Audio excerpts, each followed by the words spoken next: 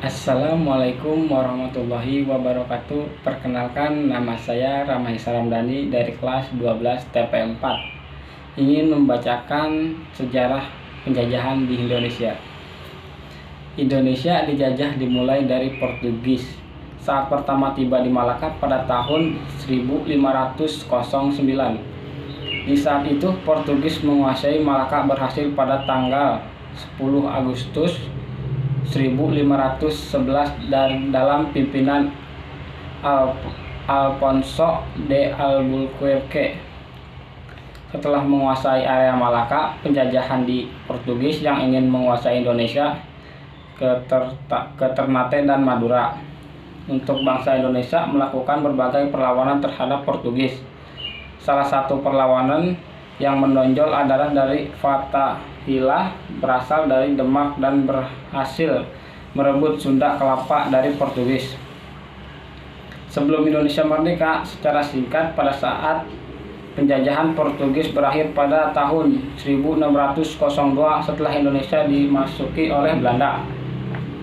Belanda masuk Indonesia, Banten dan pimpinan Cornelis de Houtman. Pada saat itu Belanda berkeinginan membentuk VOC yang menguasai rempah-rempahnya Indonesia pada tahun 1602. Karena pasar dikuasai oleh Tionghoa dan Inggris, kantor VOC berpindah ke Sulawesi Selatan. Di Sulawesi Selatan sendiri, VOC mengalami dapat perlawanan menjadi dari Sultan Hasanuddin. Berbagai perjanjian dibuat yang salah satunya adalah perjanjian Bongaya. Akan tetapi Sultan Hasanuddin pun melanggar perjanjian dengan Belanda. Setelah itu mereka berpindah-pindah tempat sampai saatnya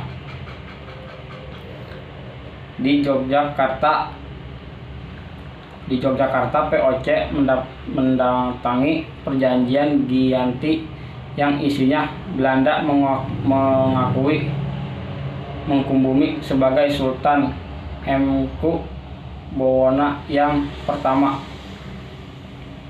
Perjanjian itu membuat pecah kerajaan Mataram yang sampai sekarang menjadi Kesultanan Surakarta dan Kesultanan Yogyakarta. Maka dari itu VOC dibubarkan pada tanggal 1 Januari tahun 1800 setelah Belanda kalah dari Prancis.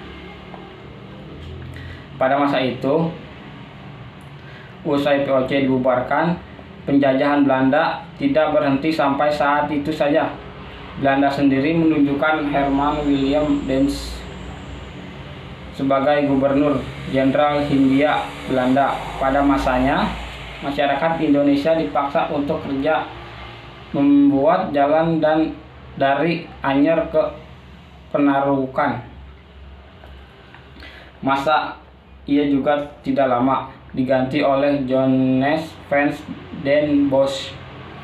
Ia menerapkan sistem tanam paksa. Sistem tanam paksa itu tiap desa diharuskan menyisihkan sebagai tanahnya untuk ditanahi kondisi ekspor khusus tebu, nila dan kopi. Hasilnya akan dijual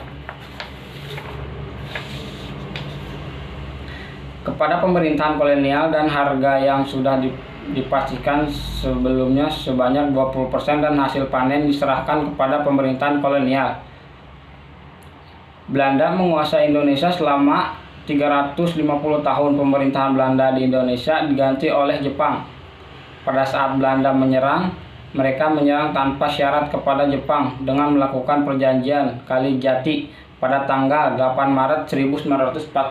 Masa pendudukan Jepang ini selama 3,5 tahun dengan rentan waktu pada tahun 1942 dan berakhir pada tanggal 17 Agustus 1945. Pada saat Indonesia akan bangkit dari penjajahan yang terus-menerus di Indonesia dari Jepang sendiri, selama pemerintah bentuk beberapa organisasi. Organisasi yang dibuat Jepang salah satunya adalah Peta Pembelaan Tanah Air dan lain-lain. Pemerintahan Jepang di Indonesia berakhir setelah Jepang kalah dari tentara sekutu pada saat Perang Dunia Kedua. Dua kota di Jepang, Hiroshima dan Nagasaki, dibom oleh tentara sekutu. Setelah mendengar adanya kekalahan Jepang, dibentuklah sebuah badan yakin BPUPKI dan atau Dokurutus Jumbi Chosokai yang dikuati oleh Dr. Andes Dajiman Widyadiningrat. Namun BPUPKI atau menjadi PPKI atau Dokuritsu Junbi Inkaki untuk lebih mengesahkan kegiatan Indonesia Merdeka. Soekarno-Hatta selalu pimpinan PKI dan Dr. Andes Dajiman Widyadiningrat selaku mantan ketua BPUPKI diterbangkan ke Dalat Vietnam untuk bertemu Marskal Tausi. Mereka dikabarkan bahwa pasukan Jepang sedang diambang kelak akan memberikan kemerdekaan kepada Indonesia. Namun pada tanggal 10 Agustus 1945, Sultan Syair telah mendengar kekalahan Jepang melalui radio. Para pejuang bahwa tanah air siap-siap untuk memproklamasikan kemerdekaan Indonesia dan menolak kemerdekaan RI sebagai hadiah dari Jepang.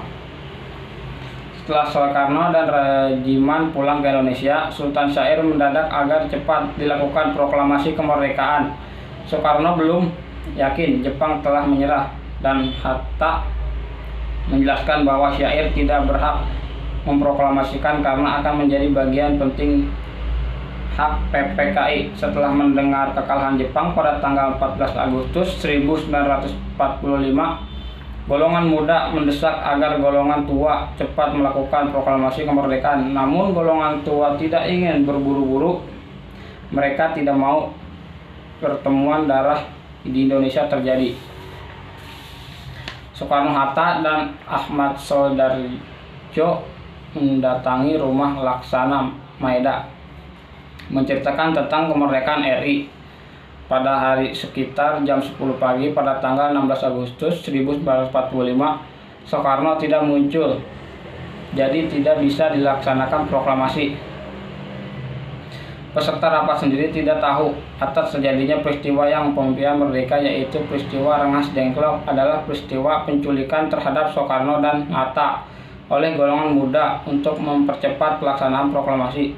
Setelah kembali ke Jakarta, sepulang dari Rengas Dengklok, Soekarno dan Hatta menyusun teks proklamasi di rumah Laksana Maeda yang dibuat oleh Ahmad Soedarjo dan dilaksanakan oleh Soekarni BM, Dian Sudirjo dan Sayuti Malik. Setelah konsep selesai, Sayuti Malik mengetik naskah tersebut.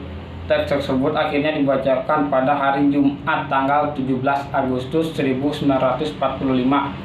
Pada awal pembacaan proklamasi akan dilakukan di lapangan Ikada.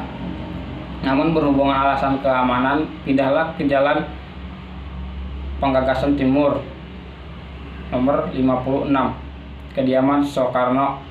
Berikut bunyinya. Proklamasi. Kami, bangsa Indonesia, dengan ini menyatakan kemerdekaannya. Terima kasih. Saya Ramai Saramdhani. Cukup sekian. Wassalamualaikum warahmatullahi wabarakatuh.